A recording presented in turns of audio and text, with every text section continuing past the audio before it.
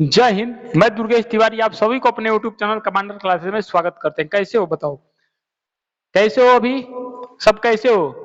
मैं दुर्गेश तिवारी आप सभी को अपने YouTube चैनल कमांडर क्लासेस में स्वागत करते हैं। आ जाओ। जो कि कल हम लोग जो देखे थे वो देखे थे मेरे बाबू, सिंध पे अरब मुसलमानों का, अरब जगत है, सिंध पे कैसे आक्रमण मारे थे। वीडियो देख लिए होगे, क्योंकि टोटल भाई हम लोग पढ़ रहे थे मध्यकालीन भारत का इतिहास। इस मध्यकालीन भारत का इतिहास से क्वेश्चन अगर पेपर में पूछेगा तो छूटना नहीं चाहिए। कालांतर में अगर तुम देख रहे हो कि बहुत बढ़िया बढ़िया चीज चल रहा है, अगर छूट जाएगा तो जान जाओ कि तुम पढ़ नहीं रहे हो, क्योंकि इतना डीप लेवल से चल रहे हैं लेकर यहाँ पे एक भी क्वेश्चन पेपर में तुम्हारा छूटना नहीं चाहिए। जो भी पेपर हो, आईएएस हो, पीसीएस हो, जिस भी लेवल का, प्री मेंस हो, मेंस का लेते हुए चल रहे हैं। जो भी मेंस है मेंस का लेकर चलते हुए है। आवाज आ रहा है? बता देना। क्लियर? तो आज हम लोग देखने वाले एक न्यू टॉपिक जिसका नाम है तुर्क का आक्रमण। क्या देखेंगे मेरे बाबू? तुर्क का आक्रमण, यानी कि तुर्क का भारत पे आक्रमण। तुर्क का भारत पे आक्रमण, यानी कि तुर्क जो लोग थे ये मेरे बाबू भारत पे कैसे आक्रमण मारे थे। ये पढ़ने से पहले और इसको आगे जाने से पहले अगर आप चैनल पे नए हो तो चैनल को लाइक, शेयर, सब्सक्राइब और अपने भाई बहन, दोस्त, प्रेम जिसके पास है सेंड कर दो। क्लियर?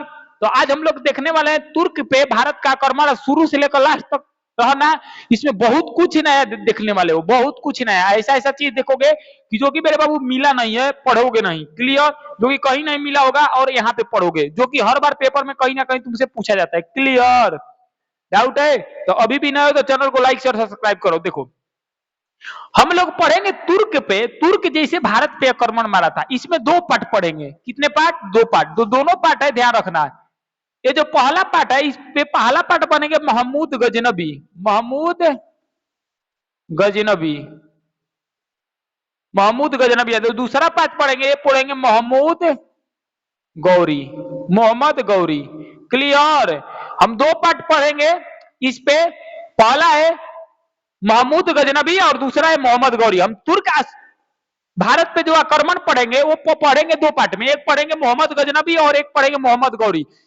इसके बाद और देखेंगे कि तुर्क मुसलमान ने भारत में क्यों आक्रमण मारा, उद्देश्य क्या था, सबसे पहले कहां आक्रमण मारा, सबसे अधिक क्या लूट कर गया, ये सब हम देखेंगे। तो अभी भी बोल रहे हैं कि अभी भी वीडियो बनाए हो तो चैनल को लाइक शेयर और सब्सक्राइब करो। क्लियर? इसको लिखो। लिखने के बाद यहां से हम लोग आगे चलते हैं कि जो कि देखेंगे तुर्क पे भारत के अगर महमूद गजनबी और मोहम्मद गौरी, ये मेरे बाबू जो आक्रमण है कैसे मारा था, ध्यान रखना। तो वीडियो बहुत जबरदस्त है, इसमें कंटेंट का बहुत ज्यादा मिलेगा लाभ, क्योंकि ये मेरे बाबू गौरी और मोहम्मद गजनबी ये दोनों बैक टू बैक आक्रमण नहीं मारे थे। सबसे पहले आया था जिसका नाम था गजनबी। गजनबियों से पहले आया था सुबुतगीन। क्या नाम था? सुबुतगीन। वो आगे हम देखेंगे। पहले अगर आप नए हो चैनल पे तो चैनल को लाइक शेयर और सब्सक्राइब करो। लिखो इसको, आगे चलते हैं। लिख लिए? लिख लिए? आगे चला जाए?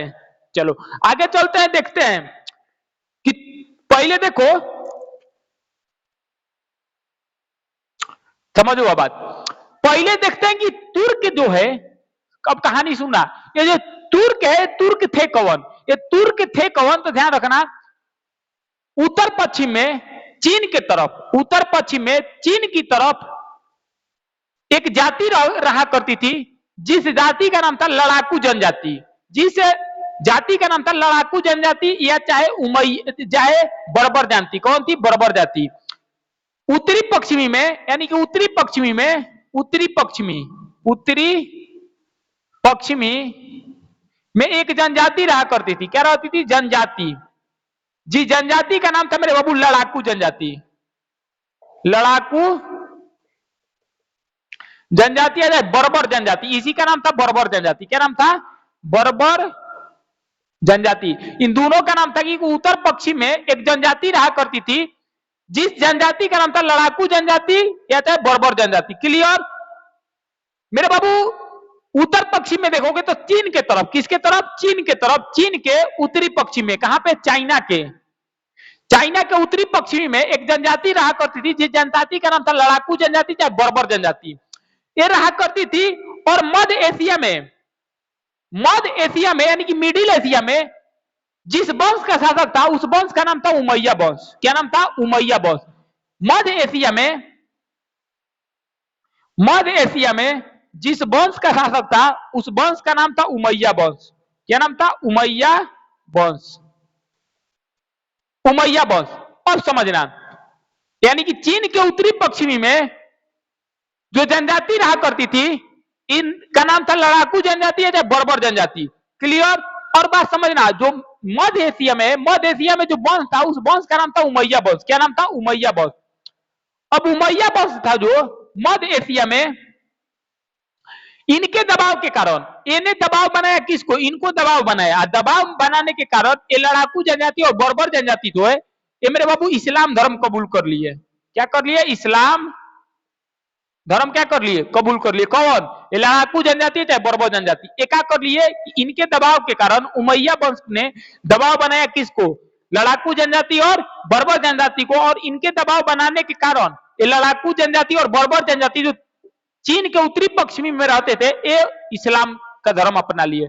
कब इस्लाम के धर्म अपना लिए? तो पूरी तरीके से भारत में जो तुर्क था ये पूरा तरीके से मुसलमान हो गया। अब मेरे बाबू बताओ, जो तुर्क थे यहाँ पे पूरे उत्तरी पश्चिमी जनजाति में लड़ाकू हिमाई और जनजाति थे बर्बर, ये मध्य एशिया में था, जिनका नाम क्या था? उमैया वंश। ये क्या किया कि इनके दबाव के कारण ये जो पूरे था ये उत्तर पश्चिमी चीन वाले ये क्या बन गए? इस्लाम धर्म। और भारत में उस समय जो भारत है, भारत वाले एरिया में इस्लाम धर्म का स्थापना का श्रेय जो जाता है भारत। ध्यान से सुनना, यहाँ से क्वेश्चन पूछता है कि ये मेरे बाबू हो गया उत्तरी पश्चिमी में किया था। अब समझना, यहाँ से क्वेश्चन पेपर में पूछता है कि भारत में इस्लाम धर्म का श्रेय किसको जाता है। ध्यान से सुना क्वेश्चन, यहाँ पे क्वेश्चन पूछेगा कि भारत में इस्लाम श्रेय का स्थापना किसने किया था। तो इस्लाम श्रेय का बाबू, इस्लाम का जो स्थापना भारत में किया था वो तुर्क मुसलमान ने किया था। कौन किया था? तुर्क मुसलमान। कौन किया था? तुर्क मुसलमान। तो आंसर हो जाएगा तुर्क मुसलमान। यहाँ से क्वेश्चन पूछता है कि भारत में इस्लाम धर्म का जो स्थापना करने वाले थे कौन थे? अरबी थे, तुर्क थे और अलग अलग आए। तो ध्यान रखना तुर्क मार कर, क्योंकि मेरे बाबू मोहम्मद गौरी आया था, मोहम्मद गौरी भी एगो तुर्क था। मोहम्मद गौरी एक का था, तुर्क था। इसमें उत्तरी पश्चिमी जनजाति थी, लड़ाकू जनजाति और बर्बर जनजाति। ये चाइना के उत्तरी पश्चिमी में रहती थी। मध्य एशिया में एक वंश था जिस वंश का नाम था उमैया वंश। एक किया कि इनके दबाव के कारण ये पूरी तरीके से लड़ाकू जनजाति और बर्बर जनजाति को इस्लाम धर्म को कर लिया, लपेट लिया। और यहाँ पे सब मुसलमान बन गए। अब मुसलमान बनने के बाद तुर्क का एक व्यक्ति हुआ करता था। अब समझना, तुर्क का एक व्यक्ति हुआ करता था जिसका नाम था अल्पतगीन। तुर्क का एक व्यक्ति हुआ करता था जिसका नाम था अल्पतगीन। तुर्क का एक व्यक्ति हुआ करता था जिसका नाम था अल्पतगीन। इन्होंने अफगान में, किन्होंने? अल्पतगीन ने अफगान में गजनबी वंश का संस्थापक कर दिया। अगर क्वेश्चन पूछेगा कि गजनबी वंश का संस्थापक कौन थे, गजनबी वंश का संस्थापक कौन थे गजनबी, तो ध्यान रखना एक व्यक्ति हुआ करते थे, एक तुर्क मुसलमान थे। एक तुर्क मुसलमान थे, तुर्क मुसलमान थे जिस मुसलमान का नाम था अल्पतगीन। अल्पतगीन। इन्होंने अफगान में, कहां पे? अफगान में मेरे बाबू क्या चीज का स्थापना कर दिए? गजनबी साम्राज्य का स्थापना। गजनबी साम्राज्य का स्थापना।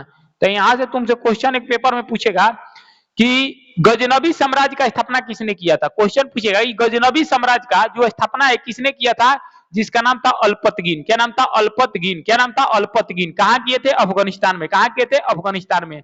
ध्यान रखना, अगर क्वेश्चन पूछेगा कि तुर्क मुसलमान, यानी कि एक क्या थे? तुर्क मुसलमान थे एक व्यक्ति जिसका नाम था अल्पतगीन। तो क्वेश्चन पूछेगा कि गजनबी वंश का स्थापना कहां हुआ था। गजनबी वंश का जो स्थापना कहां हुआ था, तो गजनबी वंश का स्थापना अफगानिस्तान में हुआ था। और करने वाले व्यक्ति थे जिनका नाम था अल्पतगीन।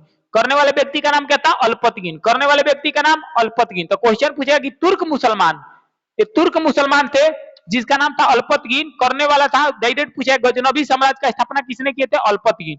कहां के रहने वाले थे? मेरा वो एक तुर्क मुसलमान थे। कहां पे किए थे? अफगानिस्तान में। कहां किए थे? अफगानिस्तान में। यहाँ पे बात चल गया कि तुर्क का स्थापना कैसे हुआ था। ये उत्तरी पश्चिमी जनजाति थी, लड़ाकू जनजाति और बर्बर जनजाति। और मध्य एशिया में एक शासन था जिसका नाम था उमैया वंश। इनके दरबार में आकर, इनके दबाव में आकर पूरी तरीके से उत्तरी पश्चिमी जनजाति थी, बर्बर जनजाति, लड़ाकू जनजाति, ये पूरी तरीके से मेरे बाबू मुसलमान क्या कर लिए, बन गए इस्लाम धर्म। फिर उसके बाद एक तुर्क मुसलमान थे जिसका नाम था अल्पतगीन। इन्होंने अफगानिस्तान में जाकर गजनबी साम्राज्य का स्थापना कर दिया, गजनबी साम्राज्य का स्थापना कर दिया। तो अभी तक वीडियो बनाए हो तो चैनल को लाइक शेयर सब्सक्राइब करो, आगे चलते हैं।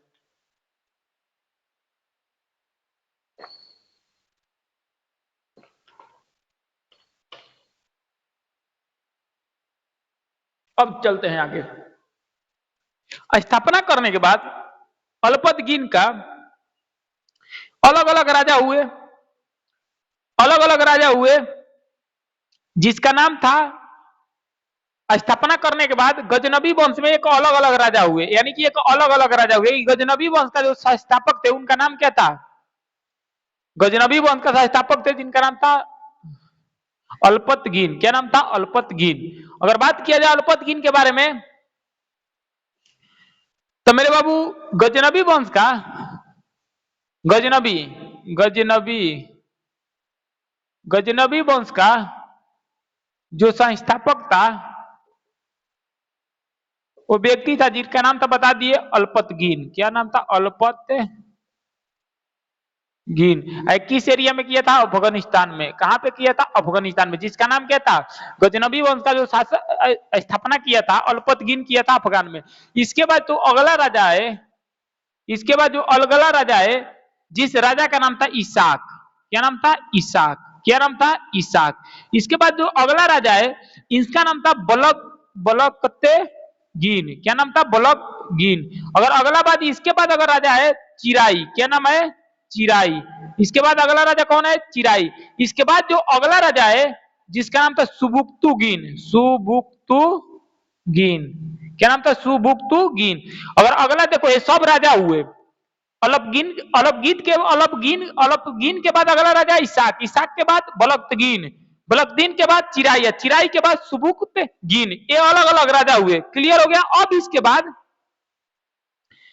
ये तुमको सुबुतगीन देख रहे हो ना, सुबुतगीन। ये सुबुतगीन मेरे बाबू अल्पगीन का, इसका अल्पगीन का एक गुलाम था। किसका गुलाम था, ये गुलाम किसका था, सुबुतगीन किसका गुलाम था, अल्पगीन का। अल्पगीन का एक क्या था, गुलाम था, जिनका नाम क्या था, सुबुतकुगीन। ये मेरे बाबू किसका गुलाम था, अल्पगीन का। जो संस्थापक किए थे इनका गुलाम था। अब गुलाम होने के बाद अल्पगीन ने इनको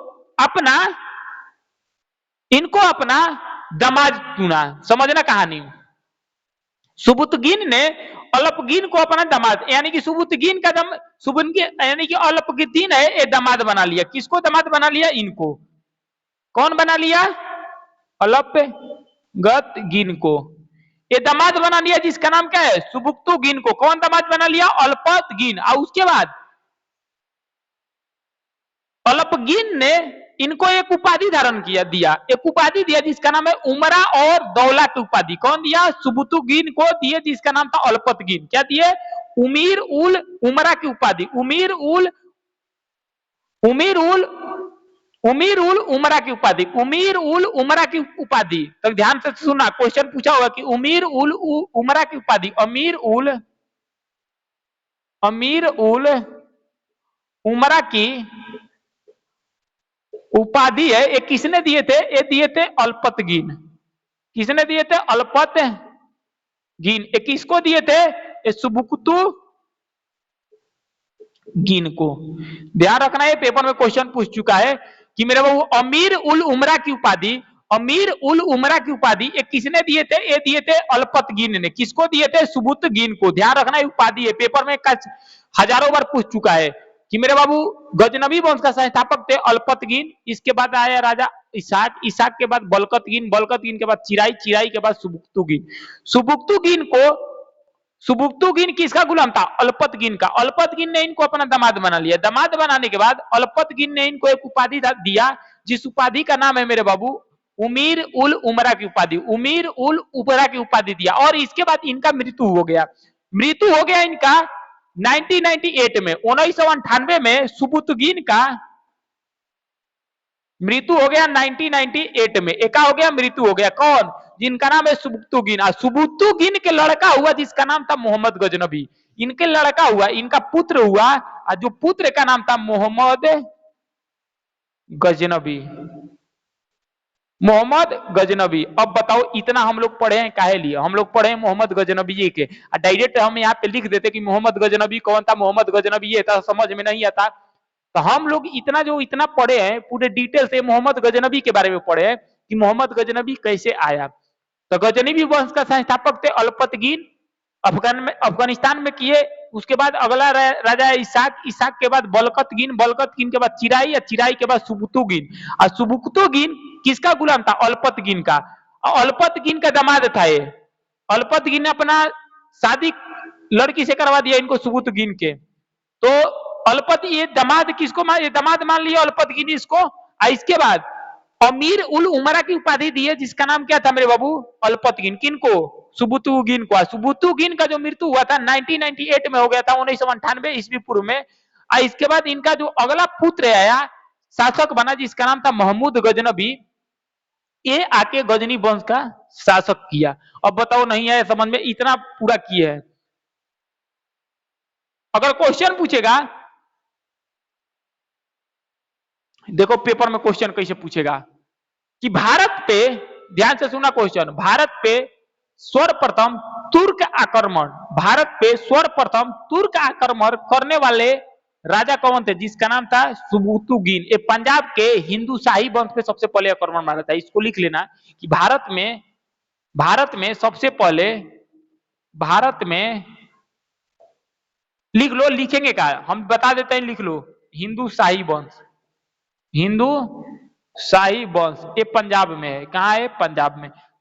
तुम लिखो, हम बोल रहे हैं कि भारत पे, लिखो, भारत पे आक्रमण मारने वाला, भारत पे सबसे पहले आक्रमण मारने वाला तुर्क मुसलमान कौन था? भारत पे सबसे पहले आक्रमण मारने वाला तुर्क मुसलमान कौन था? लिखो, लिख लो नीचे वाली। भारत में सबसे पहले तुर्क मुसलमान कौन था जिसने भारत पे आक्रमण मारा था? भारत पे सबसे पहले तुर्क मुसलमान कौन था जिन्होंने भारत पे आक्रमण मारा था? उसका नाम था सुबुक्तुगीन।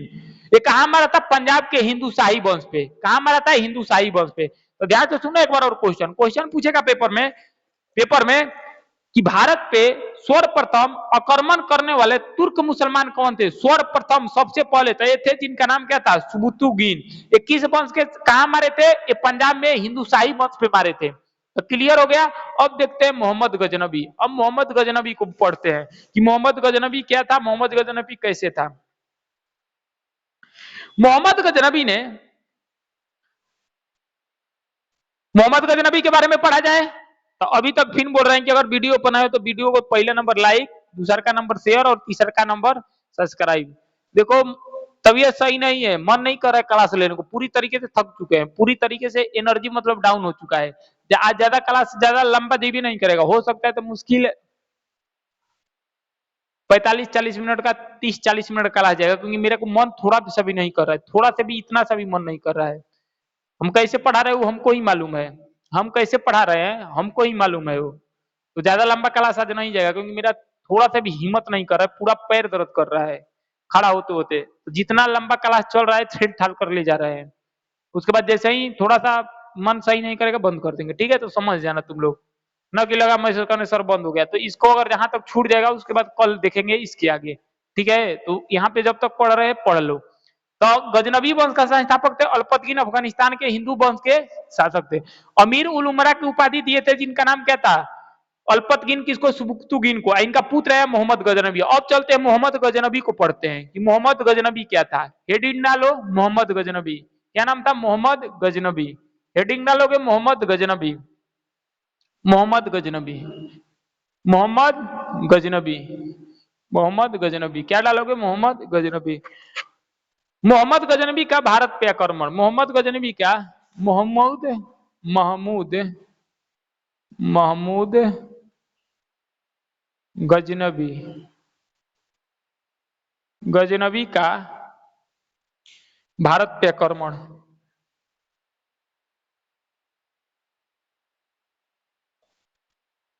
भारत पे आक्रमण। माना जाता है कि महमूद गजनवी ने भारत पे जो आक्रमण है 1000 ईस्वी से लेकर 1027 ईस्वी तक, 1027 से लेकर 1001 ईस्वी से लेकर 1027 ईस्वी तक, 1001 से लेकर 1027 ईस्वी तक टोटल 17 बार आक्रमण किया था। अगर माना जाता है कि मोहम्मद गजनवी ने टोटल 1000 से लेकर 1027 बार, यानी कि 1027 ईस्वी तक माना जाता है कि मोहम्मद गजनवी ने भारत पे, इंडिया पे जो आक्रमण किया था 1000 ईस्वी से लेकर 1027 तक किया था, लगातार 17 बार किया था। लगातार कितना बार? 17 बार किया था। लगातार 17 बार आक्रमण किया था। लगातार कितना बार किया था? 17 बार। अब माना जाता है कि कब महमूद गजनवी ने भारत पे जो आक्रमण किया था 1000 से लेकर 1027 के बीच 17 बार, तो 17 के 17 बार जीता था। इतिहासकार में कहते हैं कि ये जो किया था ये 17 के 17 बार क्या किए थे? जीते थे। कौन? महमूद गजनवी। 17 बार आक्रमण मारा और 17 बार जीत गया, जिसका नाम क्या था? महमूद गजनवी। माना जाता है कि बहुत पराक्रम था और एक विद्वान था और एक दूरदृष्टि था। उसके बाद अगर बात किया जाए कि सबसे पहले महमूद गजनवी का जो आक्रमण है, सबसे पहले भारत में महमूद गजनवी, किसका? महमूद गजनवी का आक्रमण, महमूद गजनवी का आक्रमण भारत में सबसे पहले एक कब मारा था? तो माना जाता है कि भारत में सबसे पहले 1001 ईस्वी में पंजाब के हिंदू शाही वंश पे मारा था। और उस समय हिंदू शाही वंश का जो शासक थे, जिनका नाम था पंजाब में, वो थे कलर थे। कौन थे? कलर। तो माना जाता है कि जो मोहम्मद गजनवी है भारत पे जो आक्रमण मारा था सबसे पहले भारत पे जो आक्रमण मारा था 1001 ईस्वी में मारा था। ये मारा था पंजाब में। कहा मारा था? पंजाब में। अब पंजाब में कहा मारा था? तो पंजाब में एक वंश था, जिस वंश का नाम था हिंदू शाही वंश। कौन वंश था? हिंदू शाही वंश। अगर बात किया जाए हिंदू शाही वंश का, तो हिंदू शाही वंश का जो संस्थापक हुआ करते थे, हिंदू शाही वंश का अगर बात किया जाए संस्थापक हुआ करते थे, इसका नाम था कलर। क्या नाम था? कलर। ये पूछ चुका है क्वेश्चन पेपर में कि हिंदू शाही वंश पंजाब में हुआ करता था और हिंदू शाही वंश का जो संस्थापक हुआ करते थे, इसका नाम था कलर। क्या नाम था? कलर। माना जाता है कि कब मोहम्मद गजनवी ने पंजाब में कब आक्रमण किया, तो वही हिंदू शाही वंश का जो शासक थे उस समय, जिसका नाम था जयपाल थे। कौन थे? जयपाल। कौन थे? जयपाल। समझना अब कहानी यहां से। मोहम्मद गजनवी ने सबसे जो पहले भारत पे जो आक्रमण किया था, ये सबसे पहले 1001 ईस्वी में किया था। और 1001 ईस्वी में ये मेरे बाबू पंजाब के हिंदू शाही वंश पे किया था। और माना जाता है कि हिंदू शाही वंश का जो संस्थापक थे कलर थे। कब 1001 ईस्वी में मोहम्मद गजनवी ने कब पंजाब में आक्रमण किया था, तो उस समय हिंदू शाही वंश के राजा थे, जिनका नाम था जयपाल। कहा जाता है कि जितना बार मोहम्मद गजनवी ने आक्रमण किया भारत पे, यानी कि मध्य एशिया पे, पंजाब में, तो हर बार इनका हार का सामना करना पड़ा। किसको? जयपाल को। हर बार हरा कर चल जाता था। इनको हर बार हरा कर चल जाता था। कौन? मोहम्मद गजनवी हर बार जयपाल को हरा देता था। और हराने के बाद बार बार इनको हरा दिया जाता था। और हराने के बाद इनको बहुत बड़ा बेइज्जती फील हुआ, जिसका नाम है जयपाल। इन्होंने अपने आप को आत्महत्या कर लिए। क्या कर लिए? आत्महत्या कर लिए। क्या कर लिए? आत्महत्या कर लिए। कौन? जयपाल। तो माना जाता है कि सबसे पहले भारत में जो आक्रमण किया था वो 1001 ईस्वी में पंजाब के हिंदू शाही वंश पे किया था। और हिंदू शाही वंश का संस्थापक पेपर में पूछेगा तो कलर मार कराना। और क्वेश्चन पूछेगा कि अगर महमूद गजनवी ने जब पंजाब के हिंदू शाही वंश पे आक्रमण मारा था, तो उस समय वहां के राजा कौन हुए करते थे? जयपाल। जयपाल को हरा दिया था। हराने के बाद इन्होंने खुद का बेइज्जती महसूस हुआ और खुद का इन्होंने आत्महत्या कर लिया। जिनका नाम था जयपाल। क्या नाम था? जयपाल। उसके बाद इनके अगले पुत्र बने। इसके बाद इनके अगले पुत्र बने, जिनका नाम था आनंदपाल। फिर उसके बाद मोहम्मद गजनवी ने पंजाब पे आक्रमण मारा। फिर महमूद गजनबी ने पंजाब पे आक्रमण मारा 1009 ईस्वी में। 1009 ईस्वी में कहा मारा? पंजाब में। कहा मारा? पंजाब में। और जो पंजाब में दूसरा बार आक्रमण मारा तो ये हिंदुशाही वंश पे मारा था। और हिंदुशाही वंश में जो अगला शासक जयपाल के लड़के थे, जयपाल के लड़के थे जिनका नाम था आनंदपाल। क्या नाम था? आनंदपाल। इस आनंदोपाल को हरा दिया कौन? महमूद गजनबी। कौन हरा दिया? महमूद गजनबी। एमजी लिख रहे हैं, समझ लेना, महमूद गजनबी। तो पहला मोहम्मद गजनबी ने भारत में जो पहला बार आक्रमण मारा था 1001 ईस्वी में मारा था, पंजाब के हिंदुशाही पे मारा था। और यहाँ पे मारने के बाद अगर पूछेगा कि हिंदुशाही वंश का संस्थापक कौन थे? कलर थे। और जब पूछेगा कि 1001 ईस्वी में सबसे पहले पंजाब के हिंदुशाही वंश पे आक्रमण मारा था जिनका नाम था मेरे बाबू मोहम्मद गजनबी, उस समय हिंदुशाही वंश के शासक कौन थे? जयपाल। कौन थे? जयपाल। इनको हरा दिया था। हराने के बाद क्या किए? अपने आप को बेइज्जती महसूस हुआ और अपने आप को आत्महत्या कर लिया। और इनके पुत्र हुए जिनका नाम था आनंदपाल। फिर 1009 ईस्वी में फिर महमूद गजनबी ने पंजाब पे आक्रमण मार दिया। उस समय इनके लड़के थे जिनका नाम था आनंदपाल। आनंदोपाल को क्या कर दिया? महमूद गजनबी ने पूरी तरीके से हरा दिया। महमूद गजनबी को क्या कर दिया? पूरी तरीके से हरा दिया। और हराने के बाद पूरी तरीके से हरा दिया। और बताओ किसी को डाउट है? ये पूरी तरीके से हरा दिया। हराने के बाद इस समय इसका लगा रहता था कि कभी इंडिया में आता था। महमूद गजनबी क्या करता था कि कभी इंडिया में आता था, जाता था, लूटता था, पैसा लेकर फिर अपना राज चल जाता था। अब क्वेश्चन यहां से तुमसे एक पूछेगा पेपर में, समझना कि मोहम्मद गजनबी ने भारत पे क्यों आक्रमण कर रहा था? बार बार क्यों आक्रमण करता है? 17 बार क्यों आक्रमण किया था लगातार? 17 बार जीता है। कुछ ना कुछ उद्देश्य होगा। अच्छा, तुम पढ़ाई कर रहे हो तो कुछ ना कुछ तुम्हारा उद्देश्य होगा। ऐसे थोड़े तुम पढ़ाई कर रहे हो। पढ़ाई कर रहे हो तो कुछ ना कुछ तुम्हारा कोई उद्देश्य होगा। नौकरी लगेगा, पैसा मिलेगा, तो कुछ ना कुछ उद्देश्य है कि तुम्हारा नौकरी लगेगा। तो इसी तरह से महमूद गजनबी बार बार भारत में आक्रमण मार रहा था। क्यों मार रहा था? कुछ ना कुछ इसका उद्देश्य होगा। तो इसका जो उद्देश्य था, इसको मध्य एशिया में पूरी तरीके से इस्लाम धर्म का स्थापना करना था। किसको? महमूद गजनबी को। सेकेंड बात, इसको धन के माना जाता था कि कुछ इतिहासकार भारत को सोने को चिड़िया कहकर बोल गए थे। कुछ इतिहासकार भारत को सोने के चिड़िया कहकर गए थे। और इसको माना जाता था कि इंडिया में बहुत रुपया है और धन लूटने के लिए चक्कर में आ रहा था। भारत में बार बार लूटता था, धन लेकर चल जाता था। यानी कि कोई भी चीज स्थापना करने के लिए पैसा चाहिए, कोई भी चीज ज्वाइंटमेंट करने के लिए पहले पैसा चाहिए, चौक। तो इन्होंने इस्लाम धर्म का मध्य एशिया में इसका स्थापना करना था, जिसका नाम था महमूद गजनबी। उस महमूद गजनबी को इस्लाम धर्म का स्थापना करने के लिए बहुत सारा पैसा चाहिए था, बहुत सारा पैसा चाहिए था। इसीलिए भारत में बार बार आ रहा था, लूट लाट कर लेकर चल जा रहा था, पैसा इकट्ठा कर रहा था। यानी कि पैसे को इकट्ठा कर रहा था। और इकट्ठा करने के बाद मध्य एशिया में सोचा था कि एक बहुत बड़ा इस्लाम धर्म का हम क्या कर लेंगे? स्थापना कर लेते। इसका उद्देश्य ये था महमूद गजनबी का कि मेरे बाबू कि भारत में मध्य एशिया में इस्लाम धर्म का स्थापना किया जाए और पैसा लूटता था। क्लियर? आजकल तो ट्रेंडिंग चल रहा है पैसा, जहां देखो पैसा। तो वही बात है कि पैसा है तो सब कुछ है। अब देख रहे हो ना कि इतिहास से सीखो कि पैसा है तो पैसा के लिए कोई भी चीज बहुत भारी चीज है। पैसा एक ऐसा चीज है कि हर किसी के पीछे दीवानी कर देगा। पैसा बहुत चीज है। नौकरी तुम पढ़ काहे लिए रहे हो? पैसा के लिए। तो पैसे के लिए लड़ रहा था और एक इस्लाम धर्म का स्थापना कर रहा था मध्य एशिया में।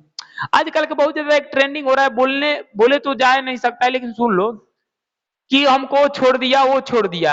ये नहीं बोलते हो कि सर मेरे को छोड़कर चल गया, वो छोड़ गया, तो मर जाओगे। ऑक्सीजन तो नहीं है ना। अच्छा, ऑक्सीजन निकलता है लोग के लिए तब मरते हैं कि लड़की छोड़ दी है, छोड़ दी, छोड़ दी तो मर गए। अरे मेरे बाबू, लड़की छोड़ी है, घर वाले तोड़े छोड़े हैं।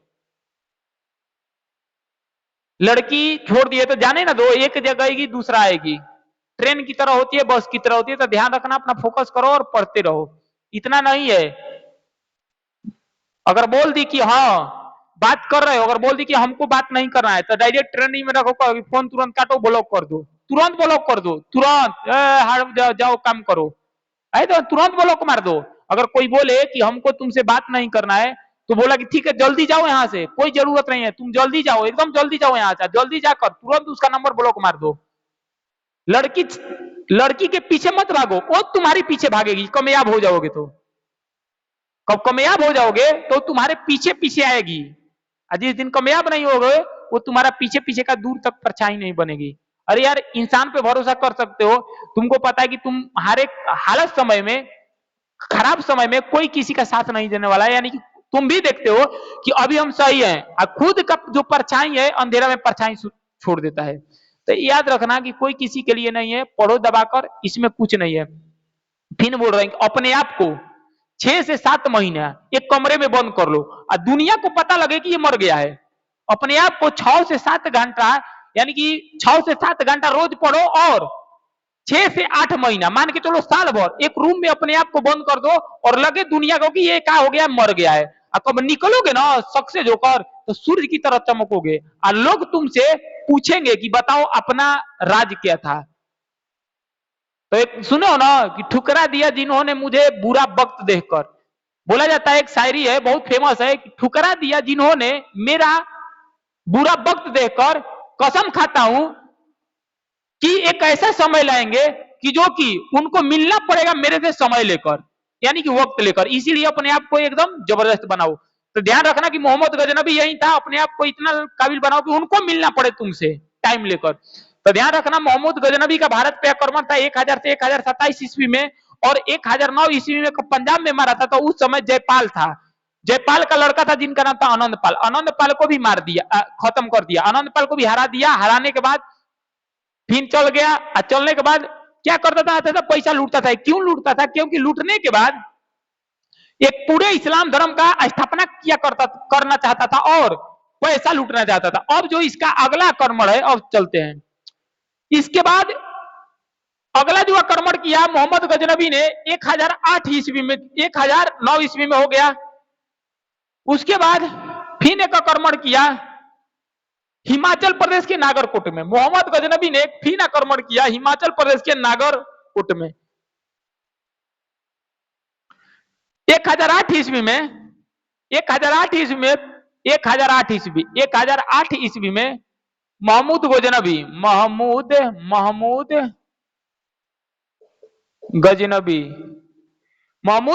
ने आक्रमण किया कहां पे? हिमाचल प्रदेश में। हिमाचल प्रदेश में। हिमाचल प्रदेश के किस में किया? नागरकोट में। कहा किया? नागरकोट में एका किया, आक्रमण किया, जिसका नाम क्या था? महमूद गजनबी ने क्या कर दिया? आक्रमण कर दिया। और आक्रमण कर कर यहीं पे सबसे पहले हिंदू मंदिरों का तुड़वाया था। हिंदू मंदिर क्या कर दिया? तोड़ दिया। हिंदू मंदिर तोड़ दिया। तो क्वेश्चन यूपीएससी में क्वेश्चन पूछ चुका है।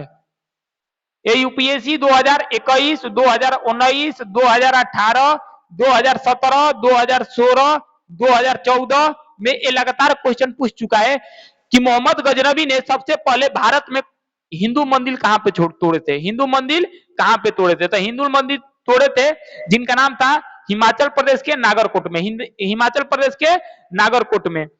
उसके बाद माना जाता है कि 1008 ईस्वी में मोहम्मद गजनबी ने हिमाचल प्रदेश के नागरकोट में कब आक्रमण मारा, तो यहाँ पे हिंदू मंदिर तोड़वा दिया। एक क्वेश्चन पूछा हुआ है, बार बार पेपर में देख लेना। इसके बाद इन्होंने यहाँ पे एक अपने आप को उपाधि धारण किया। क्या उपाधि धारण किया मोहम्मद गजनबी ने? जिसका नाम है बुत सिकीन की उपाधि।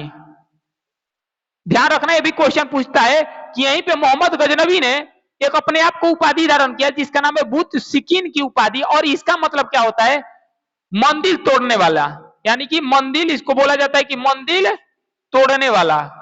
मंदिर तोड़ने वाला, इसका मतलब होता है मंदिर तोड़ने वाला। एक क्वेश्चन पूछा जा चुका है कि मोहम्मद गजनबी ने सबसे पहले हिंदू मंदिर तोड़ना कहां चालू किया था? पहला ऑप्शन था सोमनाथ मंदिर। लड़का गुजरात वाला मार कर आ गया। गुजरात में नहीं किया था, गुजरात में तो बहुत पहले किया था 25-26 में। यहाँ पे किया था मोहम्मद गजनबी ने बुत सकीन का जो सबसे पहले हिंदू मंदिर तोड़ना चालू किया था, ये नागरकोट में हिमाचल प्रदेश में किया था। यहाँ पे पूरी तरीके से हिंदू मंदिर का क्या कर दिया था? तोड़ दिया। और वहां पे एक उपाधि धारण किया जिस उपाधि का नाम है बुत सिकीन की उपाधि। किसका? बुत सिकीन की उपाधि धारण किया। इसके बाद मोहम्मद गजनबी ने 1014 में कनौज पे आक्रमण मारा। 1014 में कहां पे आक्रमण मारा? कनौज में। कहां मारा? कनौज में। कहां मारा? कनौज में। यहां पे भी जीत गया। उसके बाद 1018 में थानेश्वर पे मारा। कहां मारा? थानेश्वर। कहां पे आक्रमण मारा? थानेश्वर पे क्या मारा? आक्रमण मारा। कौन? मोहम्मद गजनबी। कब थानेश्वर पे आक्रमण माना, तो यहाँ पे जो शासन हुआ करती थी, ये गुर्जर प्रतिहार का हुआ करती थी। किसकी शासन हुआ करती थी? गुर्जर प्रतिहार वंश का। प्रतिहार वंश का क्या हुआ करती थी? यहाँ पे शासक हुआ करती थी थानेश्वर में। तो यहाँ के एक राजा थे गुर्जर प्रतिहार के, जिसका नाम था राजपाल। क्या नाम था? राजपाल। ये राजपाल थे, ये डर कर भाग गए, ये डर कर भाग गए। तो ध्यान रखना इसका 1008, 1014 और 1018। क्वेश्चन किसी को डाउट है बताओ, जिसको डाउट है बता दो मेरे को। देखो 1008 ईस्वी में मोहम्मद गजनबी ने हिमाचल प्रदेश के नागरकोट में आक्रमण मारा। तो यहाँ पे सबसे पहले यहीं पे हिंदू मंदिरों को तोड़वाना चालू किया। तो क्वेश्चन पूछेगा कि मोहम्मद गजनबी ने सबसे पहले हिंदू मंदिर का कहां पर तोड़वाया था? नागरकोट में, ये 1008 में। और हिंदू मंदिर को तोड़वाने के बाद अपने आप को एक उपाधि धारण किया जिसका नाम है बुत सिकीन। इसका मतलब होता है मंदिर तोड़ने वाला। उसके बाद 1014 में कनौज में आक्रमण मारा, कनौज में भी जीत गया। उसके बाद 1018 में थानेश्वर पे आक्रमण मारा। तो थानेश्वर में उस समय जिस वंश का शासक था, उस वंश का नाम था गुर्जर प्रतिहार। इस गुर्जर प्रतिहार वंश के जो शासक थे वो थे राजपाल। क्या थे? राजपाल। राजपाल जो थे ये भाग गए। क्या थे? भाग गए। कहां थे? वहां से। कहां थे? वहां से। तो ध्यान रखना। अब देखो हिम्मत नहीं कर रहा है, ठीक है। इसके बाद मिलते हैं कल वीडियो में। तबीयत थोड़ा सही नहीं लग रहा, ठीक है। चलो जय हिंद, मिलते हैं अगले वीडियो में। तब तक के लिए कल मिलेंगे इसी टाइम पे। थोड़ा तबीयत सही नहीं लग रहा, ठीक है। चलो बंद करते हैं। जय हिंद।